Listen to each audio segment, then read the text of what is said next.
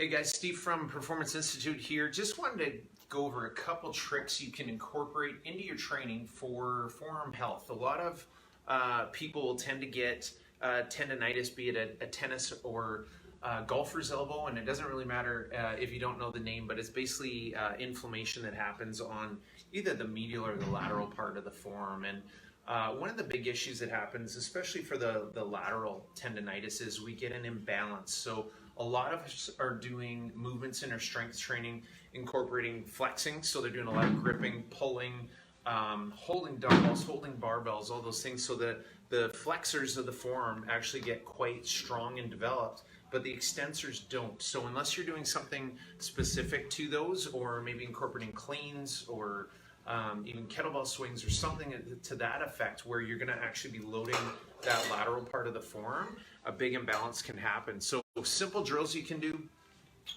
especially with some people pretty limited on equipment right now. If you're not in a gym yet, something you can do, I just got a little elastic band here, and this is something I'll sometimes incorporate with clients just to get those muscles activated. You don't necessarily need a lot of load, but I've just got the band around my fingertips, and just don't go too far that it'll run up your fingers. But if you just extend the arm or the fingers out and just hold it for a brief period, you can do about 15 or 20 reps, and that will actually just activate through here. Now they do actually have products where it's shaped like a web and you can put your fingers into it and essentially does the same thing, but it's pretty surprising. You start to do 15 or 20 reps and you'll really feel those muscles working. So again, this is a drill that if maybe the muscles are quite weak, using a elastic band is just a simple little way to get some activation in there.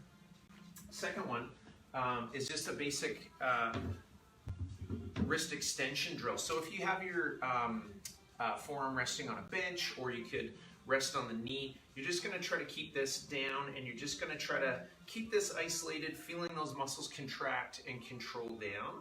So I would start coming up and then perform a nice slow eccentric or down phase to that. So you could go down over about 3 to 5 seconds. There are cases where we'll speed it up, but just to play on the safe side right now, I would lift it up and then slowly control down over that 3 to 5 seconds. So again, it should be using a heavy weight. I've got a 10-pound dumbbell here.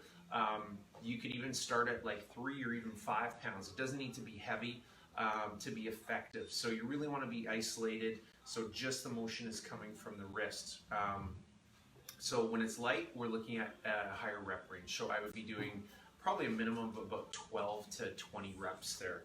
And then the last thing is something we call a Otteman Curl. So you can do this with both arms at the same time. Start light if you haven't done this before. You don't want to strain your forearm, but you're going to have your hands start at your side. You're going to come up, you're going to turn, and then at the top what you're going to do is you're going to turn your palms down and slowly resist down. So what we're doing is we're eccentrically loading here these forearm muscles. So again, it's a curl, turn, and then slowly resist down. As you do it, sometimes the forearm issues actually come from the shoulders. So just make sure you're in a nice tall shoulder position, okay, as you do that motion. So again, think of it as a curl up, turn it, and slowly resist down over about 3 to 5 seconds. And again, start with a lighter weight than you think you could handle, and then you can start to build up. Keep your repetition on this one. You can build this into a more true kind of strength training exercise. So I would be probably loading that one up about 8 to 12 repetitions.